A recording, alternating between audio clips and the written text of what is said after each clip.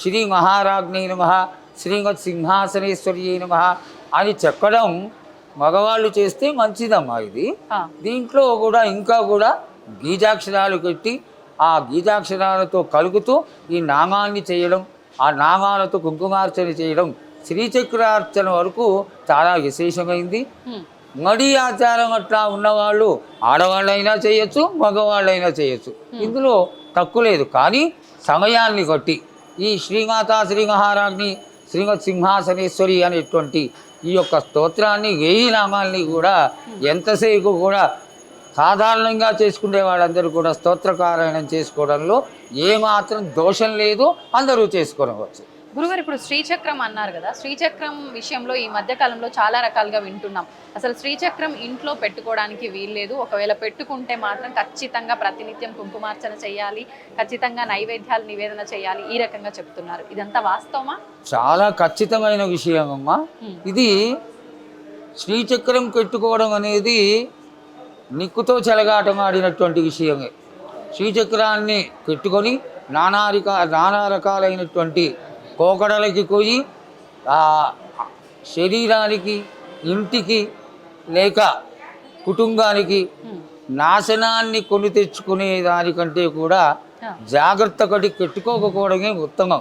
పెట్టుకున్న తర్వాత దానికి తగినంత శుచిని మడిని పాటించకపోతే అది ఎదురు దెబ్బ కొడుతుందని పెద్దవాళ్ళు చెప్తారు. సాధారణంగా తెలిసినటువంటి బ్రాహ్మణులలోనే శ్రీచక్రాన్ని పెట్టుకోవడానికి ఇష్టపడరు. గురుగారు, ఒకవేళ మనకు సంబంధం లేకుండా మనం కావాలని తెచ్చుకోకుండా ఎవరైనా మనకు బహుమతిగా ఇచ్చినప్పుడు దాన్ని ఇంటికి తీసుకొచ్చుకున్నామే అనుకోండి, ఇప్పుడు ఖచ్చితంగా దాన్ని మనం ఇంట్లో ఉంచుకోవాలి, ఇవన్నీ మనం ఆచరించలేము, తీసుకెళ్లి ఆలయంలో అలా ఏమైనా అప్పచెప్పొచ్చు అంటారా? తక్కువ ఇచ్చేయచ్చమ్మా, ఆలయంలో ఇచ్చేయవచ్చు. భిన్నమైనటువంటి శ్రీచక్రాలు అట్లాంటివి ఉంటే మంచి జీవనదుల్లో నిమజ్జనం చేసేయవచ్చు. అంతేకాని ఆ శ్రీచక్రాన్ని పెట్టుకొని భరించి దానివల్ల ఇతరములైనటువంటి గాథలు పడేదానికంటే ఇది ఉత్తమమైనటువంటి మార్గం. అమ్మవారి దేవాలయాలు ఏమన్నా ఉంటే వాటిల్లో వచ్చేయడం ఉత్తమమైనది. గురుగారు, మంత్రాలు అన్నారు, బీజాక్షర మంత్రాలు అన్నారు, కొన్ని రకాల మంత్రాలు అసలు ఆడవాళ్ళు చేయడానికి పనికిరాదు అంటున్నారు, బీజాక్షర మంత్రాలు అయితే అసలు చేయకూడదు అంటున్నారు. ఇది ఎంతవరకు వాస్తవం అండి? అసలు అవన్నీ కాదమ్మా. మీడియా వాళ్ళు వచ్చి ఇంచుమించుగా మంత్రశాస్త్రమే భ్రష్టు పెట్టిపోయింది.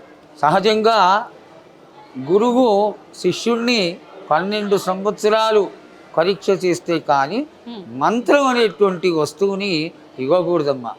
జీవన్ముక్తిని కలగజేసేటువంటిది మంత్రం. మననాత్ త్రాయితీతి మంత్ర.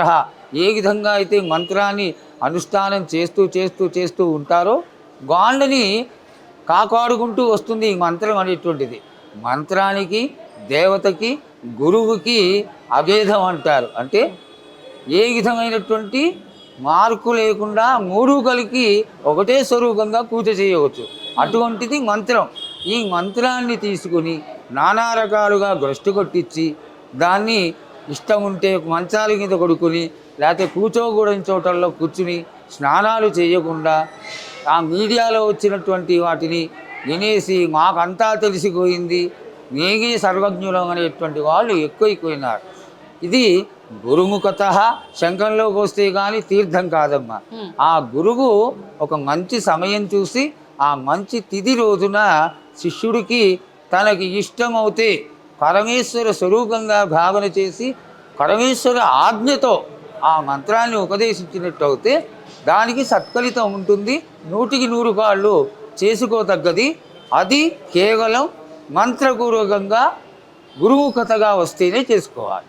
గురుగారు, గురువు అన్నారు, అసలు ఎవరిని గురువుగా మనం ఉద్దేశించాలంటే ఇప్పుడు మనకు విద్యని నేర్పించిన స్కూళ్ళలో పాఠాలు చెప్పిన టీచర్స్ని కూడా గురువు అనుకుంటున్నారు. అసలు ఎవరండి గురువు?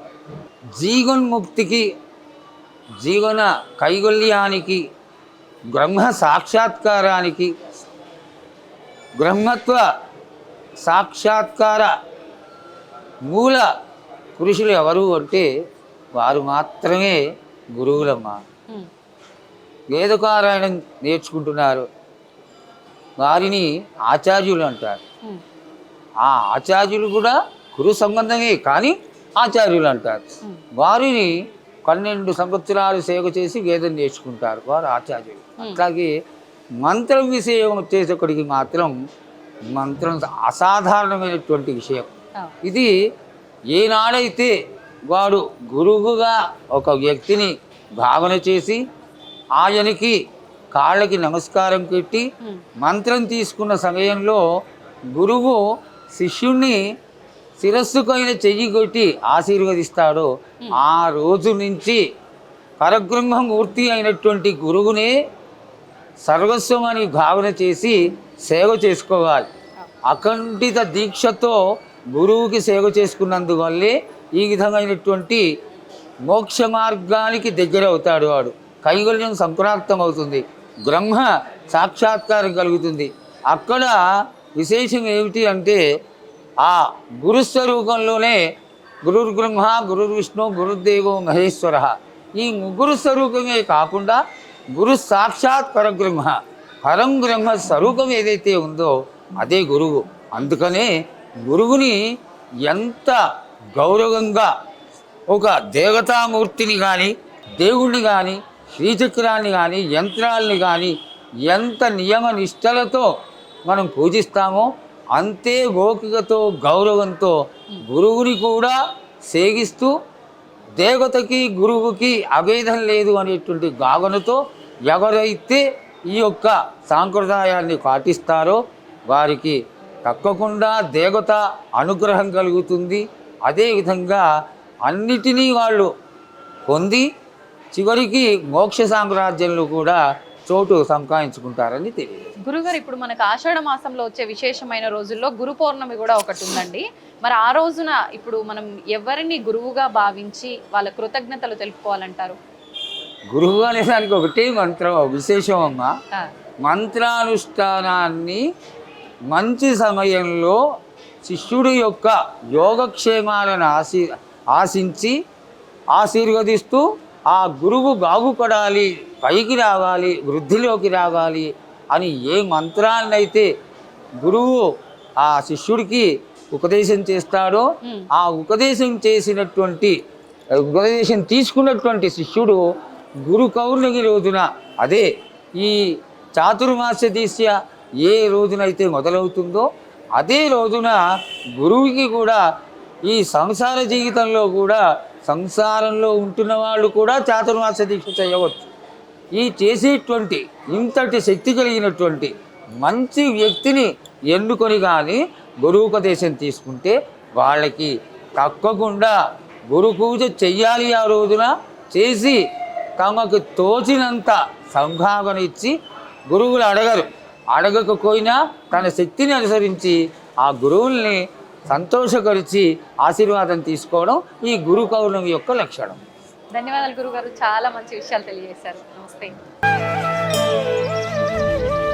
తవ్వండి, తవ్వుతూనే శివలింగం సరే దాన్ని అట్లా కప్పేసేయండి, చూపించదండి. Krishna is there.